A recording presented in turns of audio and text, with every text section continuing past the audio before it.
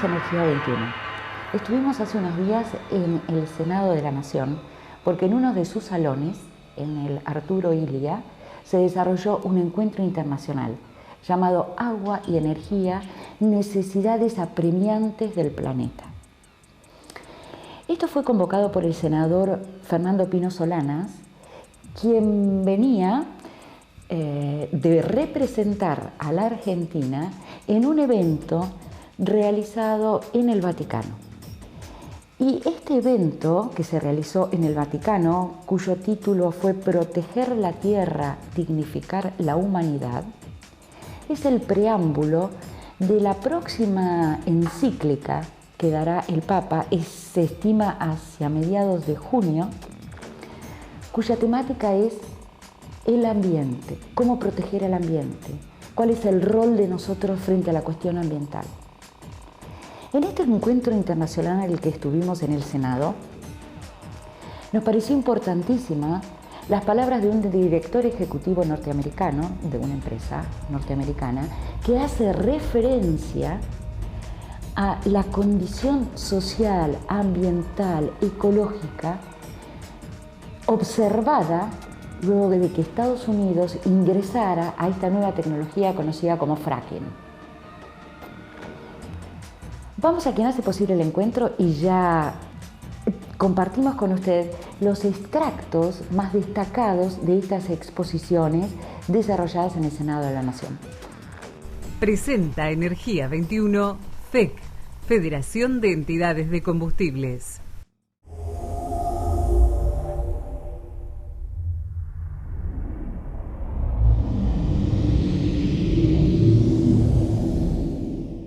En primer lugar, vamos a escuchar las palabras del senador Pino Solanas, quien abre el encuentro y hace un resumen de lo que manifestó, una síntesis de lo que manifestó en representación de la Argentina en este encuentro llamado Proteger la Tierra, dignificar la humanidad, que fue desarrollado en el Vaticano. De lo que manifiesta el senador Solanas, creemos que lo más importante es cuando él señala que los delitos ambientales deben ser considerados como delitos de lesa humanidad, porque afectan a comunidades completas, a comunidades enteras, con la complicidad de los estados. Lo escuchamos a Solanas. Estuvimos con Pablo Vergel en el Vaticano la semana pasada y también con Juan Pablo Olso. Este encuentro reunió algo así como 60 especialistas y líderes religiosos.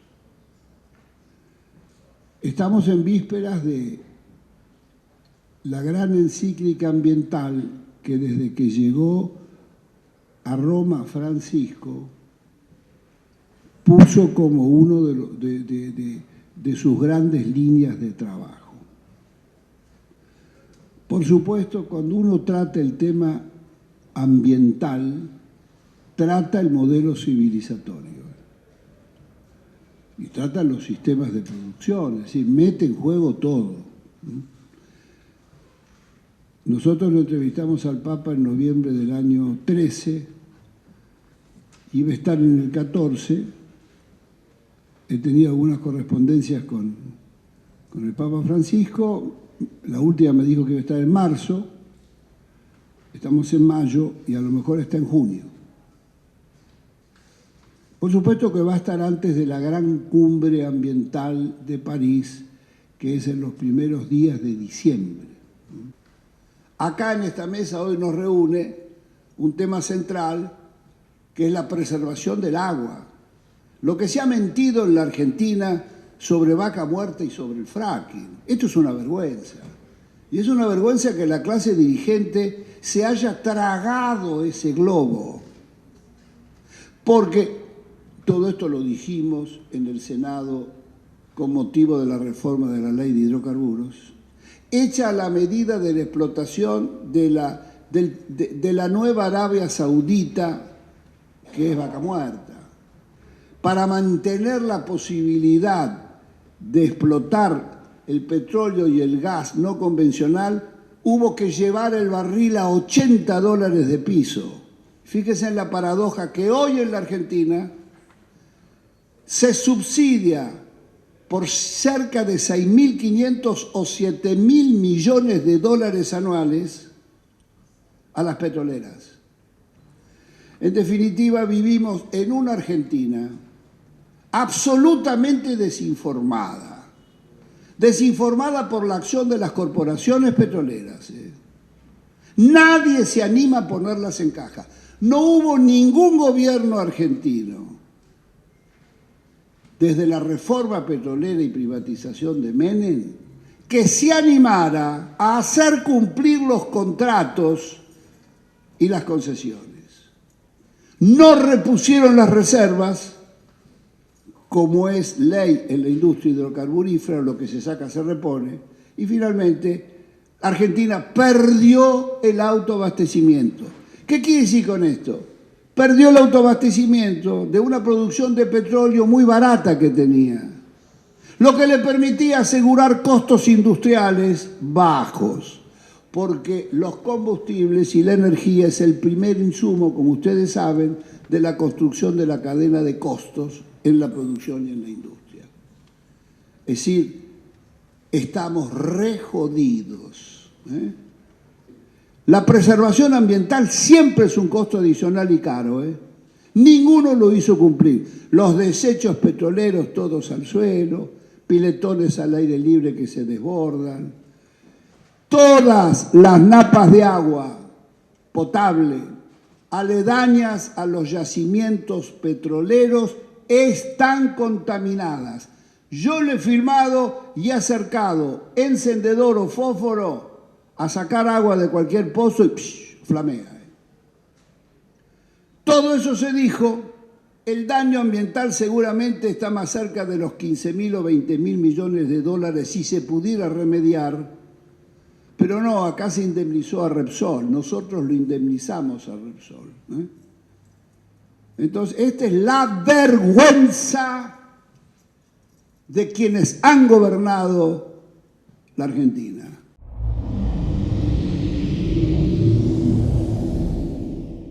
Muchas veces hemos escuchado que Estados Unidos, desde el momento que empieza a aplicar la tecnología del fracking, se acerca a la autosustentabilidad energética. O sea, pone en funcionamiento una tecnología que lo provee de los barriles de petróleo que necesita. Escuchamos en este encuentro que se desarrolló en el Senado a David Brooke Lenker, quien cuenta sobre los efectos del fracking en distintas regiones o estados norteamericanos.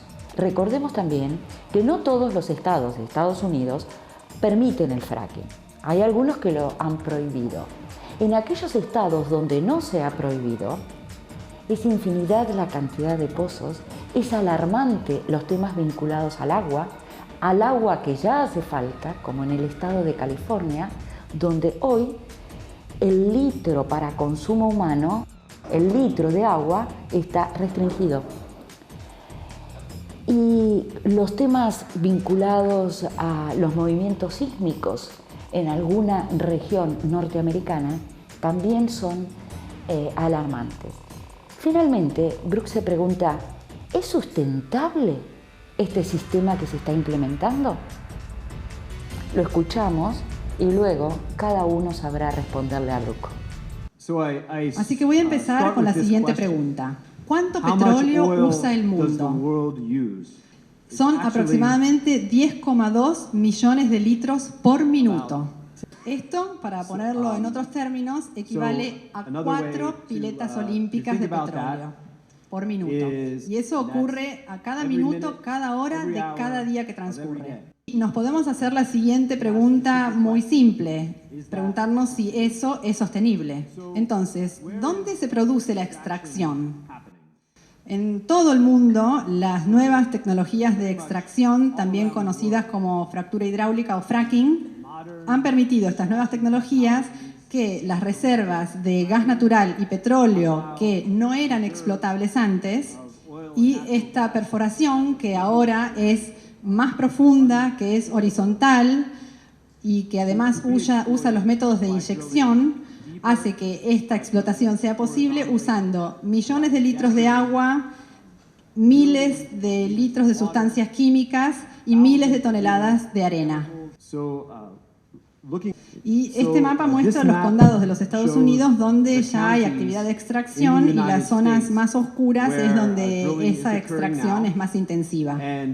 Y la extracción se produce en 36 de nuestros 50 estados. Pero aún con toda esa extracción en esa geografía tan extendida, Estados Unidos aún así todavía no ha logrado la independencia energética. Entonces, con toda esta actividad de perforación y fracking vienen muchos impactos. Y muchos de estos impactos que traen aparejados son impactos negativos. Los efectos sobre la salud pública son de una gran preocupación y podría decirse que algunas de esas preocupaciones respecto de la salud pública tienen que ver con vivir cerca de donde se lleva adelante la actividad de perforación y efectos principalmente derivados de la contaminación del aire.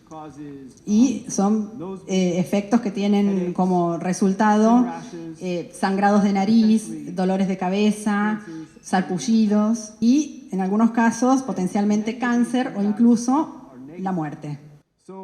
Quiero hablar ahora un poquito más sobre la contaminación del aire. Esta es una foto de los más de 10.000 pozos petroleros que hay en el valle del río Kern en California. Ahí pueden ver la contaminación del aire, se puede oler también esa contaminación y se puede sentir el sabor. Y nos preocupa la contaminación del aire invisible, como así también la que sí es visible. Pero, como ya se dijo, estamos particularmente preocupados por el efecto de estas actividades sobre el suministro del agua. Algunos efectos negativos tienen que ver con las aguas de superficie, por ejemplo, sedimentación y erosión, derrames, fugas, descargas ilegales sobre los cursos de agua, y estas cosas ocurren bastante a menudo. Pero mucha gente obtiene el agua para su uso de pozos subterráneos en las zonas rurales. Y en Estados Unidos, por ejemplo, vemos anuncios, publicidades en la televisión donde la industria asegura que las fuentes de agua son seguras, pero hay pruebas que demuestran exactamente lo contrario. Mi colega Matt Kelso trabajó con un periodista de Pensilvania y mapeó las situaciones, las instancias en las que el propietario de la tierra le dijo a las autoridades que algo le estaba pasando a su agua. El departamento admitió en 160 de estos casos de reclamos que sí, que la contaminación se debía a la actividad extractiva y envió cartas de reclamo, digamos, a las empresas involucradas. Y la industria misma admiten que usan cientos de compuestos químicos, algunos de los cuales pueden ser carcinogénicos, para estimular los pozos o para hacer el fracking. Con toda esta actividad de perforación y este uso intensivo del agua, todo esto trae aparejado residuos, produce residuos. Y estos residuos pueden ser sólidos o líquidos. Y también son residuos tóxicos, muy salobres y radioactivos. ¿A dónde van todos estos residuos? Gran parte de estos residuos líquidos van a pozos de inyección subterráneos. Como quizás sepan, los pozos de inyección muchas veces se consideran causales de actividad sísmica o terremotos.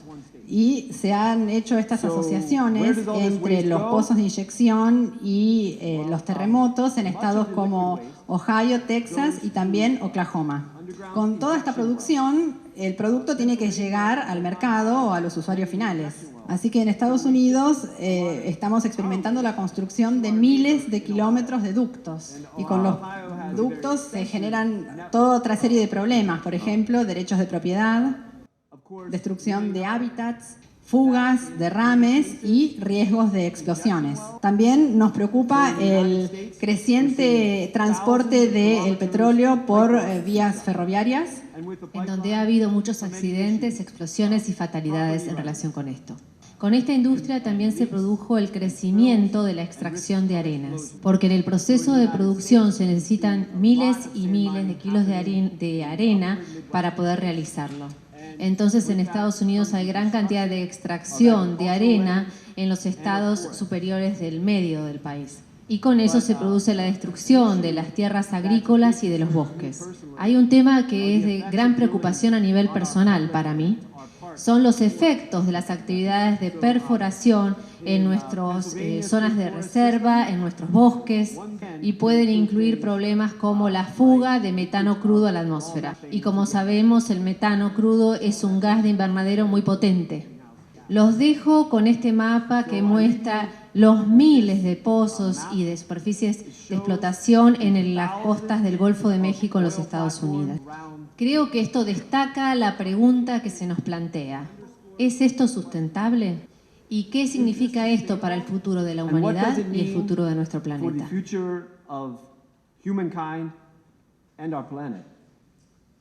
Gracias.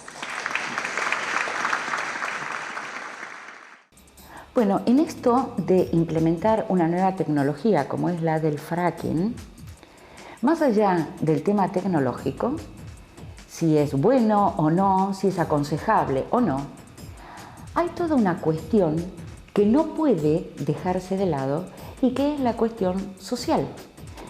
Estos desarrollos se practican en lugares donde vive una comunidad que tiene su propia economía y donde esta economía es afectada y la comunidad en su conjunto también lo es, por restricciones del agua, por daño a su salud, por daño ambiental. Felipe Gutiérrez es un militante activo del Observatorio Petrolero del Sur y es quien nos cuenta cómo impacta el sistema del fracking en las comunidades mapuches especialmente, aunque no solo hace referencia a la situación de las comunidades mapuches. Lo escuchamos entonces a Felipe. Tenemos entonces este modelo en donde, y es el contexto en el cual avanzan los hidrocarburos no convencionales en Argentina, con esta YPF que es medio pública, medio estatal. Cuando le conviene es petrolera de bandera, cuando le conviene es una sociedad anónima, por ejemplo, cuando tuvo que firmar con Chevron. Ese lugar le permite un rol de puente entre las necesidades del Estado y las exigencias que existen desde el sector petrolero. Es un modelo que aparece como muy interesante porque YPF se transformó en motor y garante del desarrollo de los hidrocarburos. Lo que busca el gobierno es una hibridación muy extraña entre el autoabastecimiento energético y la generación de saldos exportables, en donde el único punto de sutura de eso es la explotación masiva de hidrocarburos no convencionales. Es por eso que se ha buscado aliados y formas de poder desarrollar masivamente los hidrocarburos no convencionales en el país a través de distintas estrategias. La más clara y quizás más no sé cómo decirlo, horrorosa, fue la firma del acuerdo con Chevron, que votó todos los principios que se habían intentado generar a partir de la Ley de Soberanía Hidrocarburífera. Entonces tenemos a esta empresa que es YPF jugando este rol puente, y no solamente a nivel de Estado nacional. Por ejemplo, el Estado, la provincia de Neuquén también tiene su petrolera estatal, que es GIP, que tiene un rol muy importante también ahí y que durante la discusión de la ley de hidrocarburos se hicieron muchos borradores porque hubo un sector de gobernadores que no querían que se les quitara ese rol preponderante que tienen sus petroleras estatales. Entonces tenemos una acción estatal que es la que posibilita el desarrollo masivo de hidrocarburos no convencionales, en donde el Estado no solamente captura renta. Esto nos lleva a una discusión un poco distinta a la que se tenía en los 90 en torno a más Estado, menos Estado, neoliberalismo. Ahora el Estado es el garante del sector industrial, del sector corporativo. Entonces, mucho más allá de la generación de renta, de la captura de renta, lo que hace el Estado es llevar adelante e impulsar aún más el desarrollo de la frontera hidrocarburífera. Rápidamente, si revisamos el mapa de actores que tenemos hoy en Vaca Muerta, nos vamos a sacar un mito que existe, que esto es toda una política de Estados Unidos. Si bien es muy cierto que el fracking es una política de Estado, y nosotros tenemos a Chevron, por ejemplo, acá en el país, de la misma manera que Chevron aparece en cada uno de los países donde se busca desarrollar los hidrocarburos no convencionales. También están Exxon, Schlumberger, Dow Chemical, que son de Estados Unidos, pero también tenemos una serie de empresas de Europa como Shell, como Total, como Wintershall, y también asiáticas, las petroleras estatales chinas, CNOOC, Sinopec, Petronas, que es de Malasia, tenemos a Petrobras, a ENAP, que es la petrolera estatal chilena. En fin, existe un mercado muy amplio y muchos de estos actores han llegado al país de la mano de acuerdos público-privados, como por ejemplo el que se hizo con China, como por ejemplo el que se está haciendo con Rusia, que se fraguó hace un par de semanas atrás. Entonces, es importante visibilizar este rol tan importante que utiliza el Estado para poder posibilitar la llegada del fracking, incumpliendo con una serie de compromisos internacionales y leyes propias que se suponía que salvaguardaban ciertas condiciones nacionales. Se vio con la ley de hidrocarburos y el cambio que hubo con eso. Se ve, por ejemplo, con el ingreso a las comunidades mapuches, donde no se respeta la consulta previa, libre e informada, que debería ser vital, digamos, dentro de una estructura democrática. Claramente hay un privilegio de este tipo de industrias por sobre los derechos de las comunidades locales. En fin, solo por ir cerrando, un punto importante también es decir que esta situación tan grave, según Galucho, Argentina es el segundo país del mundo en desarrollar masivamente los hidrocarburos no convencionales. Esta situación de crisis, que es muy compleja, también ha llevado a un movimiento de resistencia que ha sido muy importante y que vale la pena destacar. Ya hablaba de los municipios libres de fracking, que es un movimiento bastante fuerte y que se ha dado con características en distintas provincias. También ha llevado una discusión que ha ido más allá de la renta en torno al petróleo. Hubo una época en que toda la discusión, desde la izquierda, y se quiere, desde el progresismo, disputaba la situación de renta en torno a la industria petrolera, obviando las consecuencias socioambientales o quizás dejando en un segundo plano las consecuencias socioambientales. Hoy podemos ver que esto es parte central del debate energético y esto nos parece muy importante, sobre todo vinculado a algunos grupos políticos, como a algunos grupos sociales, digamos, como por ejemplo las comunidades mapuche, que vienen desde hace 15 años discutiendo la situación que sucede en sus territorios y que muchas veces se hacía oídos sordos. Nos da la sensación de que con el avance fuertemente de los hidrocarburos no convencionales, del fracking, con la llegada de Chevron, la energía pasó a estar en la tapa de los diarios durante mucho tiempo y eso puso en otro nivel la discusión energética.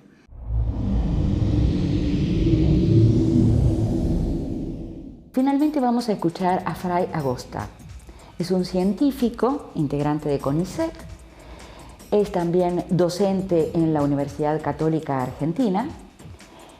Él ha participado en esta cumbre, Proteger la Tierra, Dignificar la Humanidad, que como le decía es el preámbulo a la encíclica papal, esta encíclica cuyo tema específico va a ser el tema ambiental. ¿Y qué nos dice Agosta? Básicamente nos habla de la cristiandad y la protección del ambiente. Digamos, es una cuestión ya humana, más allá de la cuestión religiosa, proteger el ambiente. Lo escuchamos a Agosta. El calentamiento global es una gran excusa, digo, positiva para los que venimos trabajando en esto desde mucho antes, para que esto empiece a tomarse en serio. Pero Argentina todavía creo que nos hemos quedado fuera de ese debate. Hace poquito salió la tercera comunicación nacional a la Convención Marco de Naciones Unidas sobre el Cambio Climático de Argentina, del cual formé parte del grupo de investigadores que aportó a esa comunicación, que se lleva para París en diciembre. Pero lo hacemos, bueno, porque hay que hacerlo, digamos, porque si no nos quedamos sin subsidios del BID, sin un montón de recursos al desarrollo, ¿no? Pero no porque realmente tenemos una conciencia de que tenemos que hacer algo a nivel nacional. Esto como un paréntesis del mensaje. Quisiera volcarme un poco a lo que estamos aquí hablando también hace un ratito, de la encíclica que Francisco, Dios mediante, ya en junio va a dar a luz, ¿no? Es una encíclica que se viene trabajando desde hace mucho tiempo, no sale como un hongo de una noche a la mañana, son trabajos de reflexión por parte de muchas comunidades, especialmente aquí en América Latina. Desde el CELAM y de distintos lugares se viene trabajando en la cuestión ambiental, especialmente en cuestiones de deforestación, minería a cielo abierto, trabajos que venimos haciendo desde la Iglesia y que siempre inquietaron a Francisco. Cuando él era aquí cardenal, de hecho aquí Buenos Aires en el 2010 fue sede de un seminario internacional que realizó el CELAM aquí en Buenos Aires sobre la espiritualidad de la ecología, ¿no? Aquí tratamos ese tema, unimos todo lo que se venía haciendo a nivel de cuestiones más técnicas del problema ecológico mundial y regional y continental, y aquí le dimos un aporte más desde nuestra espiritualidad. Yo el año pasado estuve en un foro sobre el bien común que se hizo en Uruguay, muy interesante, participaron intelectuales de todo el país, de toda América Latina, y de nuestro país muchos representantes de la línea dominante de nuestro país de política, ¿no? Y es increíble cómo para este universo la cuestión ambiental y la preocupación por la preservación de los recursos es un discurso de la burguesía hegemónica, ¿no? Para seguir manteniendo, y al contrario, no nos estamos dando cuenta que esto está más allá de lo político. Estamos justamente, como decía él, estamos poniendo en juego la supervivencia de nosotros mismos dentro de este planeta que es el hogar. Pero nuestra avidez es inmediata y nuestra política y nuestra acción no entra todavía en este discurso de la naturaleza, ¿no? En este relato de la naturaleza que hay que, de alguna manera, ir incorporando si queremos estar en el futuro. Porque esto es el desafío ambiental, la crisis ecológica mundial, pone en juego la catástrofe o la supervivencia, o la garantía del bienestar de muchos. Gracias.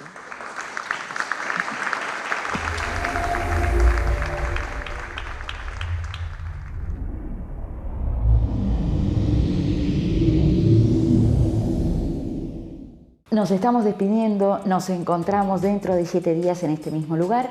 Recuerde que puede visitarnos en Facebook, en Twitter, podemos estar vinculados y también puede ver este programa y los anteriores en nuestro sitio web.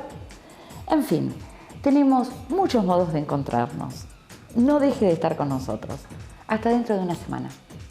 Presentó Energía 21, FEC, Federación de Entidades de Combustibles.